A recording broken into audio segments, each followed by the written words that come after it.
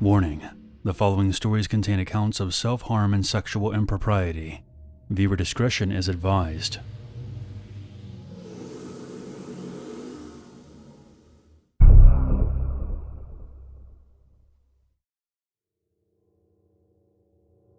About 4 years ago, one of my longtime friends on DeviantArt sent me an urgent message telling me to check out a profile of a user who I'll call Clowns Be Clowning.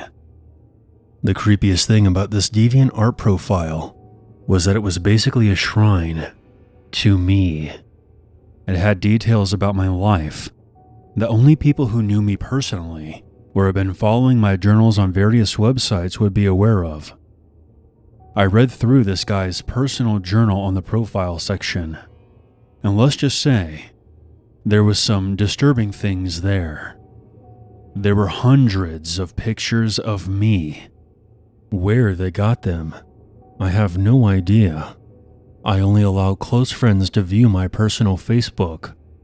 Underneath the pictures would be these creepy captions like, "I'm always watching you. I want to wear your skin." He would also post links to my writings and music websites and tell people to watch me because I was his perfect angel, and everyone should be like me. His obsession with me was basically a religion, and he even went as far as to try to convert other people. It was one of the most bizarre and disturbing things I have ever seen. By the time I was done reading everything, I was terrified. I told my mom about the DeviantArt account. She suggested that we file a police report. So we headed over to the station to give an official statement. The police turned out to be pretty useless, stating that we should take our issue to the website administrators and have them resolve this issue from their end. So I contacted one of the admins on DeviantArt, who was also freaked out by the profile. They literally responded to my message the very next day, telling me that they had removed the profile as soon as they saw it. Anyone who uses DeviantArt is aware that the staff usually takes a week or so to get back to you. So that just gives you an idea of how fucked up this user was. The staff member also told me that they would report the user to the police. When I informed them that I already had with no success, they took the extra step to ban this user's IP address, and even checked to see if they had made any shadow accounts on the site. They deleted everything related to this user. To this day, I still don't know who it was, but I hope that I will never have to look at a creepy page like that ever again.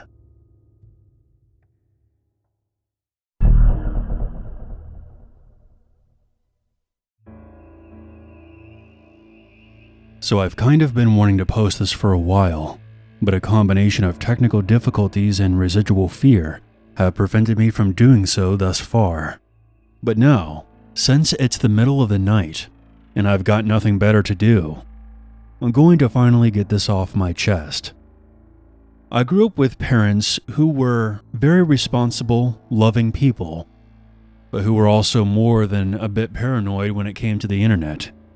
Anything that allowed anonymous communication of any kind was banned, point blank. Even Club Penguin wasn't allowed, because you could chat on it. Naturally, when I got my first laptop at 12, the first thing I did was start trying to talk to people online.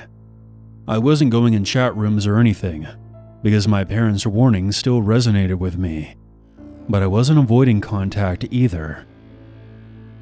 I ended up making a DeviantArt account. I know. Cringe. I didn't do much posting, as I lack artistic talent.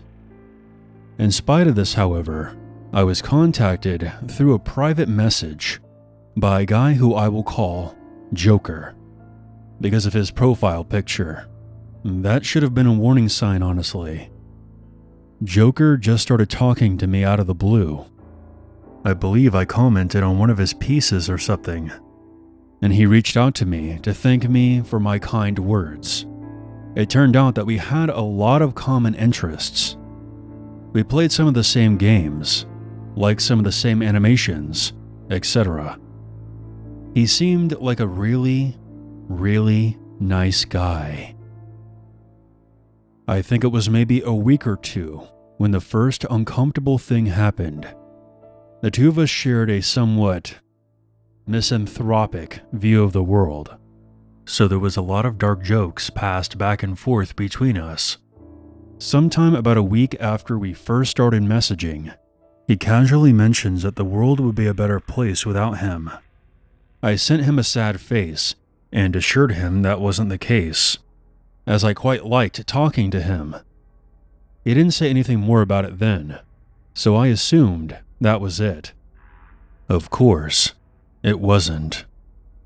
Joker talked about hitting the exit button a lot.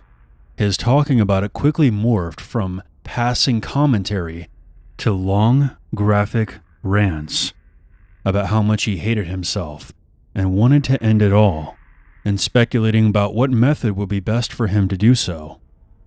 I spent hours talking him down over chat, terrified that one day I wouldn't be able to do enough and he would actually go through with it. His messages began to get creepy in a different way.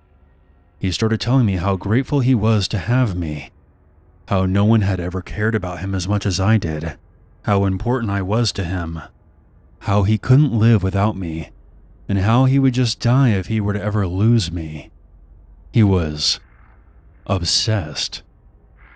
One day, a couple of months in, my laptop breaks. It wasn't too bad, but it took a couple of days before everything was back in working order.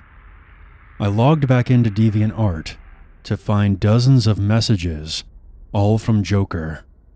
They started off normal enough, but quickly became frantic after I didn't respond.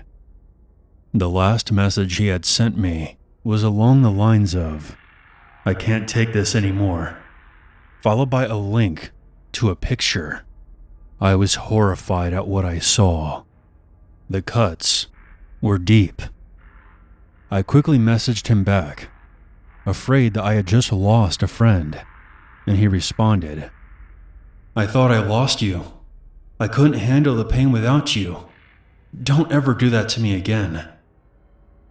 I said I wouldn't, and he seemed relieved. He only got worse from then on. It reached a point where practically our every conversation consisted of him either professing his obsession with me or threatening self-harm. Sometimes both. The stress of this situation was keeping me up at night. I was terrified that one day soon, I would open up the chat and see nothing. I was utterly convinced it was my job to keep this guy alive, and that I was failing miserably at it. Joker kept escalating until one day, nearly a year in, he finally said something that frightened me so badly, I had to leave. Joker started talking about how I was the last good person left on this miserable planet. He then said that the only way he would find happiness was in death, and taking me with him. That way we would always be together, free from the cruel weight of the world. He started going into every detail, every graphic description. A lot of them involved carving out my heart, then clutching it to his chest, and then lying beside me as he took his own life as well. I was terrified. Enough so that I did what I should have done a long time ago and deleted that account. For years following that incident, I never spoke to anyone online. Even to this day, actually, there's still this lingering sense of dread when it comes to online interaction.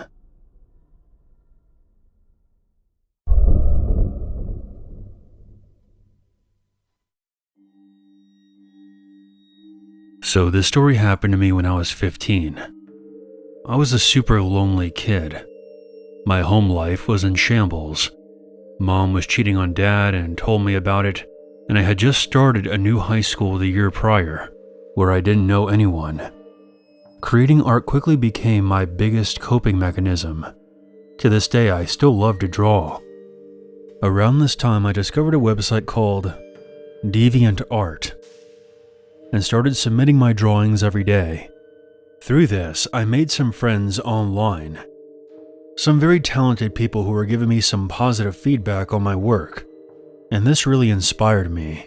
In my deep depression, I felt this website was a safe haven for like-minded people who appreciated one another. For the first time in a very long time, I felt like I belonged somewhere. I spent many hours talking to some regulars on this site. Even now, 10 years later, a few of them are still in my life, and I cherish their friendship. But this story is about someone who I never want to meet ever again. DeviantArt also allows writers to submit their stories and poetry to the site. Oh God. I was on the front page, and a poem caught my eye. It was more of an angry rant, full of weird, twisted imagery and anti-Christian subtext. It sounds dumb, I know, but it was actually quite well written and funny, at least to my 15-year-old self. Being a very angry, depressed high schooler, I was drawn in and decided to check out this artist. Not only was he a prolific writer, with maybe 100 poems and stories on his site, but this man was a very talented visual artist as well. He made these illustrations of weird and funny creatures. Some of them were a little sexual, but most of them were humorous or gross. His name was Tom. The combination of Tom's writing and visual art skills intrigued me. Even though he was 30 years old, I decided to send him a private message. We bonded, and soon we began talking on Instant Messenger. I would look forward to chatting with Tom every day, and came straight home after school to connect with him. Chatting for hours was a daily thing for us. In hindsight, my family probably wondered what I was doing, but they never said anything. Isolating myself in my room was normal at this point, so I was grateful to have a friend that I could talk to. I could be as dark and confident as I wanted to be when I spoke with him. I unloaded a lot of my problems onto him, and he told me about his troubles as well. Tom started to write poetry about me, happy, uplifting poetry. He made me feel very special. After maybe 3 weeks of messaging, Tom asked for my phone number because he wanted to hear my voice. I was extremely uncomfortable with this, but he insisted and gave me his number to call. Fearing that I would lose a friend that was so important to me, I finally gave in. I should mention that I'm now 23, and I'm still a shy person, but at 15 I was painfully awkward and detested phone calls. My heart was racing, and I was shaking and sweating as the phone rang. Tom picked up. Hello? I knew how old Tom was. To my relief, he still sounded like a teenage boy. This made me feel slightly better, but I was still weirded out. I had no idea what to talk about, and for some reason I felt like crying. Tom and I spoke for a while. He laughed at the awkward things I said, so I guess the conversation went okay. Honestly, I can't even remember what we talked about. All I remember is that he barely spoke at all. We got off the phone and talked online some more. He said how happy he was that he heard my voice. I was still pretty upset, but I was glad that I hadn't disappointed him. I hoped he wouldn't ask me to call him again, because it was such a stressful experience for me. But I had poured so much time into talking to this man that I was willing to be uncomfortable to preserve our friendship. My self-esteem was non-existent. The next day, Tom wanted me to call again. Over the phone, I could hear him breathing heavily. I didn't know what he was doing at first, so I talked about my day at school. He stayed silent, apart from the breathing. Then when I was mid-sentence, he hung up on me. When I asked him what happened over instant messenger, he told me that I wasn't talking about anything sexy, something along those lines. I apologized and felt a total sense of failure. The conversation then turned sexual. I told him I was a virgin. Tom was overjoyed at this. Now, I really had his attention. By this time, it was around May. What could loosely be called our relationship had progressed to the point where I allowed him to do his thing to the sound of my voice. I would send him pictures of me in my underwear whenever he asked. I had no idea what I was doing, but I felt like I had to obey, or he wouldn't be my friend anymore. It was around this time that he began writing poetry about taking a girl's virginity to his fan base on DeviantArt. He said that they were all works of fiction, but it doesn't take a genius to realize that they were about me. This both thrilled me and made me queasy. My 16th birthday was coming up in June. Tom and I consistently talked about how badly we wanted to see each other. I really missed the days before everything got so sexual. I told him that there was no way I could ever fly to Florida, where he lived, but Tom was insistent on seeing me before my 16th birthday. Again, need I remind you, he was 30 years old. He found a hotel near my family's house that was relatively affordable. Eventually, we picked a date, and he bought tickets to fly out. The plan was that I would skip school that day and spend the day with him. I can't remember if he was going to stay more than just one day. Not long after we made these plans, I came home from school one day, and my mother was extremely solemn. She told me that she knew about Tom. Apparently, I had remained signed in on AOL, but I think she actually somehow got my password to see what I was up to. I began to cry and defended Tom at first. But as we started talking more, my true feelings came out. I was actually terrified of Tom. I was so ashamed that my mom saw our conversations, but she hugged me and told me, "He won't be coming here, I promise." She emailed Tom, which really spooked him. Tom called me and began yelling at me.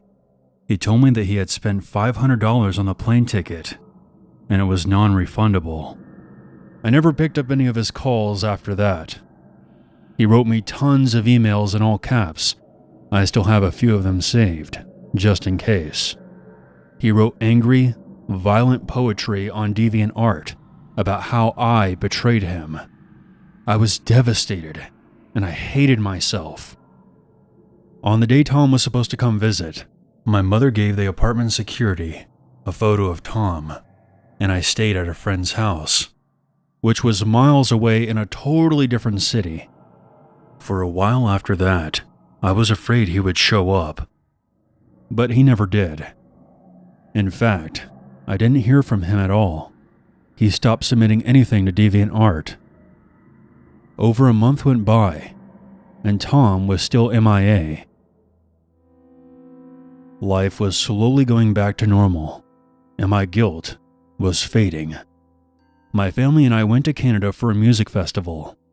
Suddenly, in our hotel room, my phone rang.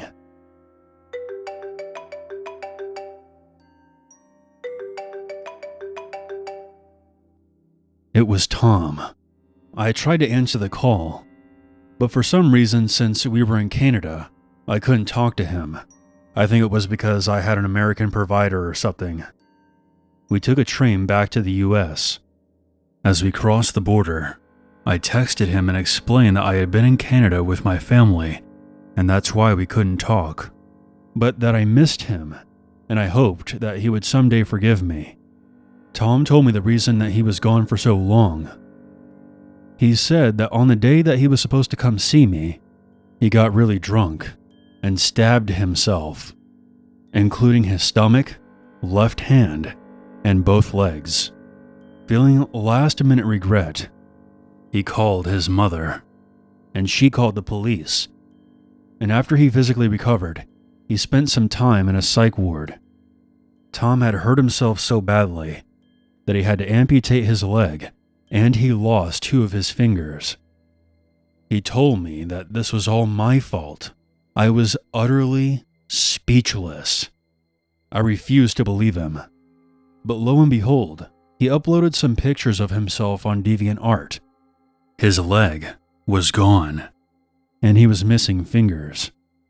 I had seen previous photos of him. There was no doubt in my mind that this was Tom. It's hard to explain how I feel about this situation. I feel really sad for Tom, but I also understand that this wasn't my fault. I was a very lonely child and desperate for a friend.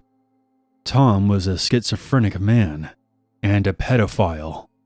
He was later revealed by his explicit poetry about young girls. Eventually, he was banned from DeviantArt, and I never spoke to him again. A few years ago, I looked him up and found his profile on a different site. Admittedly, I was Googling him to see if he was still alive. In his profile picture, he was next to a young woman with his hand over her mouth. It looks like he found someone to visit him, after all.